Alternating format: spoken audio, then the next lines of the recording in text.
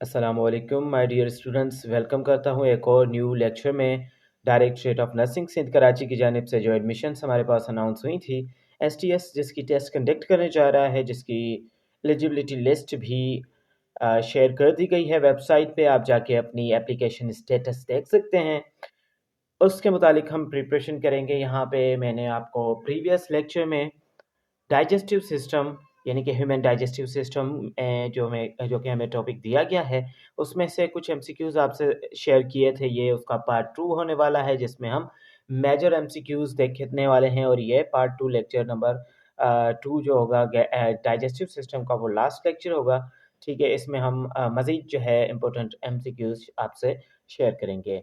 Video को start करने से पहले अगर आप तैयारी करना चाहते हैं बीएससी नर्सिंग की, तो आप जो है हमारी बैच में शमूलियत हासिल कर सकते हैं, जहाँ पे आपको recorded video classes, notes, past papers, mock tests and preparation books provide किए जाएंगे। एडवर्टाइजमेंट यकीनन आपको स्क्रीन पे शो हो रही होगी, अदरवाइज कॉन्टैक्ट नंबर्स जो हैं वो नीचे शो हो रहे हैं, और डिस्क्रिप्शन में से भी आप कॉन्टैक्ट लेके हमसे कॉन्टैक्ट कर सकते हैं अगर आप जो है वो मेरिट पे एडमिशन और अपनी सीट जो है सिक्योर करना चाहते हैं। तो आइए स्टार्ट करते हैं वीडियो को। तो क्वेश्चन नंबर 26 से हम इस वीडियो को स्टार्ट करेंगे। आइए देखते हैं कि क्वेश्चन नंबर 26 क्या कहता है। द स्टमक इज, तो हमारे पास स्टमक क्या होता है। The stomach is straight bag gland only, hello gland. तो स्ट्रेट ट्यूब भी हम इसको नहीं कह सकते, तो इसको भी हम एलिमिनेट करेंगे। ये भी हो गया कट। ये ग्लैंड ओनली भी नहीं है और हैलो ग्लैंड भी नहीं है, तो यहाँ पे हम जो है वो मस्कुलर जे शेप्ड ऑर्गन। ठीक है, उसके बाद stomach stores the food temporarily and, store क्या करता है ये फूड को टेम्परली, और क्या करता है, begins protein digestion, produces bile, ये इसको कर दें हम रिमूव। प्रोड्यूसेस इंसुलिन, इसको भी रिमूव कर दें। बाकी हमारे पास दो ऑप्शन है, एब्जॉर्ब्स फैट्स ओनली, तो इसको भी रिमूव कर दो बेटा, क्योंकि स्टमक का और भी काम है। Begins protein digestion, stomach food को स्टोर करता है और टेम्पररी तौर पे, और उसके साथ साथ ये प्रोटीन की डाइजेशन को स्टार्ट कर देता है। ठीक है, उसके बाद हम नेक्स्ट एमसीक्यूज देखें। Gastric glands secret, gastric glands अब क्या करते हैं हमारे पास, क्या ये सलाइवा सीक्रेट करेंगे, तो इसे रिमूव कर दो। बाइल या फिर हमारे पास पेनक्रियाटिक जूस, ये तीनों रिमूव हो गए, तो बच्चों लास्ट में जो बचेगा गैस्ट्रिक जूस सीक्रेट करेगा। अब उसके बाद हमारे पास है हाइड्रोक्लोरिक एसिड HCl, ये क्या करता है, stomach function. HCl in the stomach function to, क्या करता है बेटा, इसका फंक्शन क्या होगा, फंक्शंस टू, या neutralise acid, activates pepsin and kills microbes, digest fats, and उसके बाद जो है हमारे पास डाइजेस्ट कार्बोहाइड्रेट। तो हमारे पास इसका क्वेश्चन नंबर 29 का आंसर जो होगा वो बी होगा, क्योंकि ये एक्टिवेट करता है पेप्सिन को। ठीक है, पेप्सिनोजिन से पेप्सिन को एक्टिव करेगा, एंड किल्स माइक्रोब, माइक्रोब्स जो होंगे जो हमारी बॉडी में है, मीन्स के स्टमक में पाए जाएंगे। ठीक है, जर्म्स जो होंगे उनको किल करेगा। उसके बाद क्वेश्चन नंबर 30 जो है, पेप्सिन डाइजेस्ट, पेप्सिन का काम क्या होगा, तो वर्ड पेप्सिन से ही जाहिर है कि ये प्रोटीन को डाइजेस्ट करेगा, तो हम फर्दर टाइम इस पे वेस्ट नहीं करेंगे, और option number B here will be the correct answer. उसके बाद pepsin is secreted in as inactivate, तो pepsin is secreted as inactivate कहाँ से, तो ये हमारे पास मैंने ऊपर भी आपको इसका आंसर बता दिया है, पेप्सिनोजेन से ये सीक्रेट होगा। Pepsin is secreted as inactive.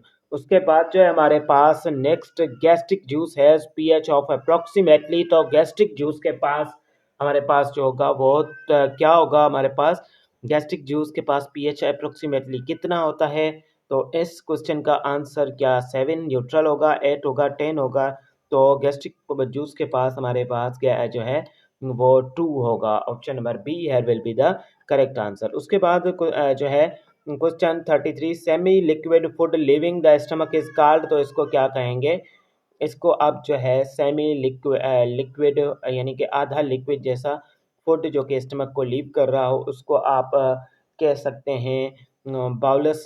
जब ये इसोफेगस से रिलीज होगा स्टमक की तरफ, फीकस या एनस से रिलीज होगा, प्लाज्मा का कोई यहाँ पे करेक्ट नहीं है रोल, तो कायम इसको कहेंगे। ठीक है, option number B will be the correct answer.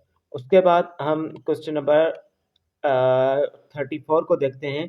Sphincter की बात हो रही है जो कि कंट्रोल करता है रिलीजिंग ऑफ फूड इनटू ड्यूटीनम। अब ड्यूटीनम याद रखिएगा कि यह स्मॉल इंटेस्टाइन का पार्ट है। तो कौन सा हमारे पास होता है, तो option number B here will be the pyloric sphincter, जो कि जो कि क्या करेगा हमारे पास इस ड्यूटीनम में फूड के रिलीज को कंट्रोल करेगा। उसके बाद carbohydrate digestion is the in the stomach is, तो कार्बोहाइड्रेट जो होगी उसकी डाइजेशन स्टमक में किस तरह की पाई जाएगी, तो क्या ये एक्सटेंसिव होगी, मैक्सिमम होगी, कंप्लीट होगी, तो ये minimum, because acidic conditions inhibit amylase, amylase को इनहिबिट करेंगी क्योंकि पेप्सिन की अभी डाइजेशन चल रही है और हाइड्रोक्लोरिक एसिड हैम अवेलेबल है, तो यहाँ पे मिनिमल होगी यहाँ पे हमारे पास कार्बोहाइड्रेट की डाइजेशन। उसके बाद नेक्स्ट प्रोसेस जो हम पढ़ रहे हैं वो है लिवर, गॉल ब्लैडर, पेनक्रियाज का रोल। ठीक है, ये इंपॉर्टेंट क्वेश्चंस यहाँ से भी आ सकते हैं। तो इनको अगर हम देखें, largest gland in our body is, तो हमारे पास सिंपली इसका जवाब जो है वो लिवर है, तो हम इसको टिक कर देंगे यहाँ पे। उसके बाद the liver secrets pancreatic juice, insulin, saliva, insulin को काट दो, सलाइवा को काट दो, बाइल एंड पैनक्रेटिक जूस, तो पेनक्रियाज का काम है पैनक्रेटिक जूस, तो इसको भी काटते हैं, and correct answer will be the bile.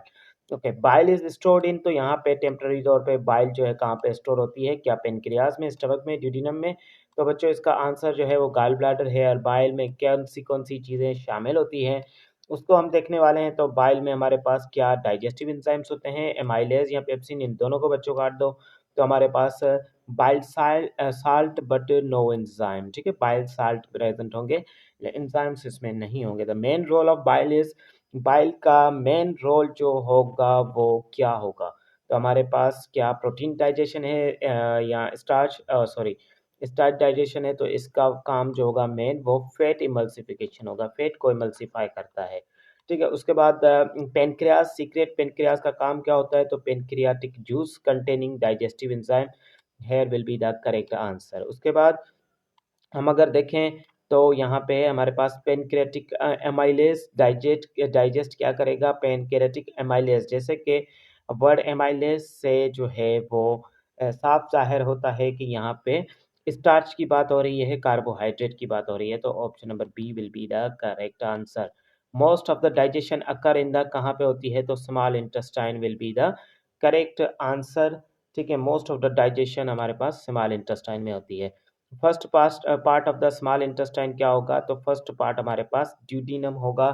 ठीक है, जो कि 44 का करेक्ट आंसर होगा, 44 option number C is correct. Okay, उसके बाद ट्राइप्सिन डाइजेस्ट है, तो जैसे कि ट्राइप्सिन यानी कि प्रोटीन को डाइजेस्ट करेगी स्मॉल इंटेस्टाइन में, तो ऑप्शन नंबर यहाँ पे peptide and option protein and peptide, option number A will be the correct answer. उसके बाद लाइपेज, सिंपली चले जाओ, हमारे पास fatty acid and glycerol, option number B here will be the correct. And intestinal villi, अब ये villi finger like projections होती हैं जिनका काम होता है एब्जॉर्प्शन ऑफ द न्यूट्रिएंट्स। ठीक है, विली इंक्रीज क्या करते हैं, सरफेस एरिया इंक्रीज करते हैं फॉर द एब्जॉर्प्शन। और लेक्टिल्स प्रेजेंट इन विलाई एब्जॉर्ब क्या करते हैं, जो हमारे पास लेक्टिल्स प्रेजेंट होते हैं तो ये फैट्स को डाइजेस्ट करते हैं। उसके बाद हमारे पास 50 नंबर पे एमसीक्यूज है, primary function of the large intestine.